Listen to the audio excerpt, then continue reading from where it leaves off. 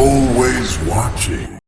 Flipster Talon dominated Game 2 of their series against Nigma Galaxy as a comeback to being stomped in Game 1. Now let's see how BSJ and Jenkins analyzed the game with a HERALD Masterclass in chess. Black goes first, right?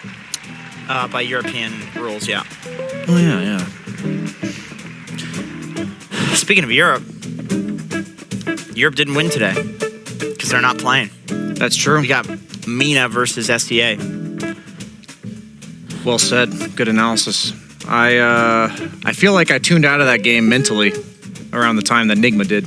Felt like about 10-15 minutes left. Didn't really seem like they knew the next move, you know, to come back into the game.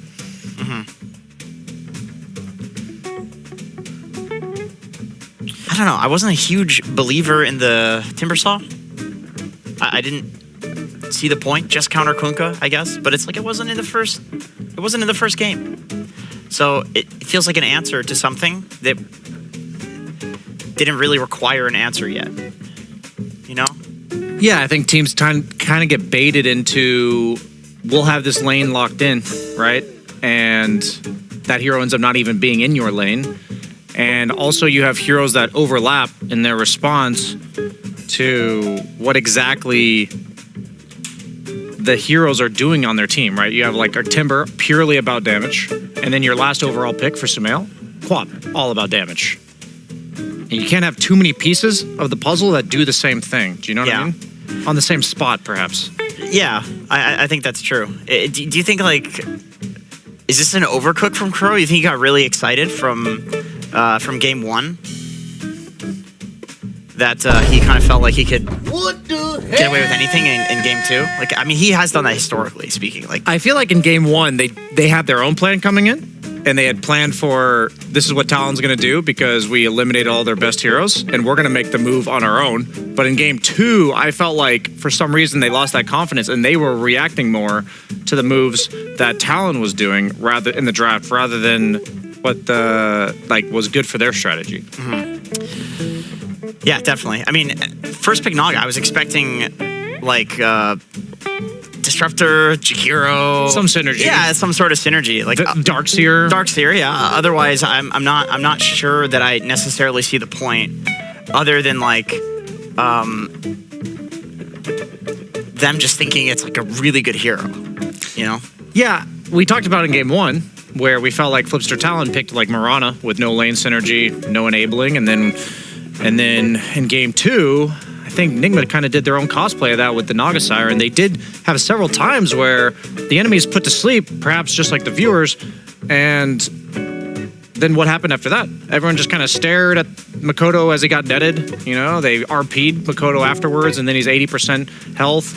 It just didn't feel like they had a plan of what to do after that initial setup. Do you feel like Talon, they solved the problem of their like third best strategy is actually good? 23 Savage on Razor, Yokem on Slark. Like, I feel like that's a pretty like different sort of draft, right?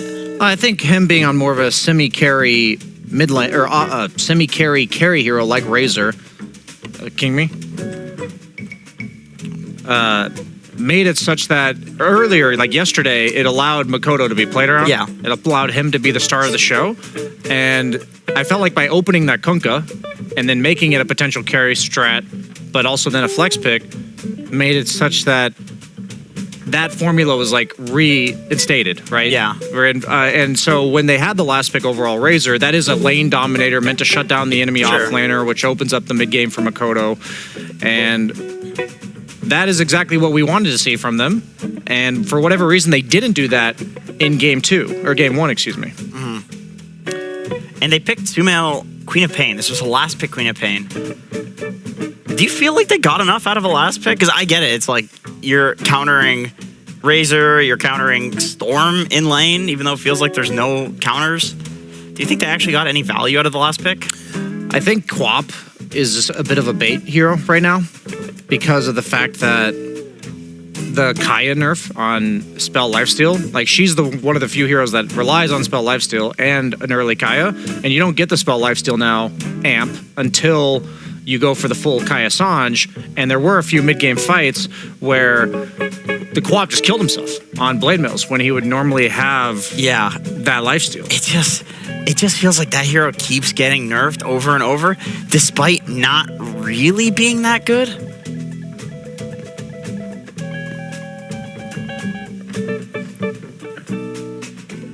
Shit. You're good at this. I gotta admit, you're really good at this. You know the rules, by the European rules. We'll see if Europe can rule in the next game, especially considering they're not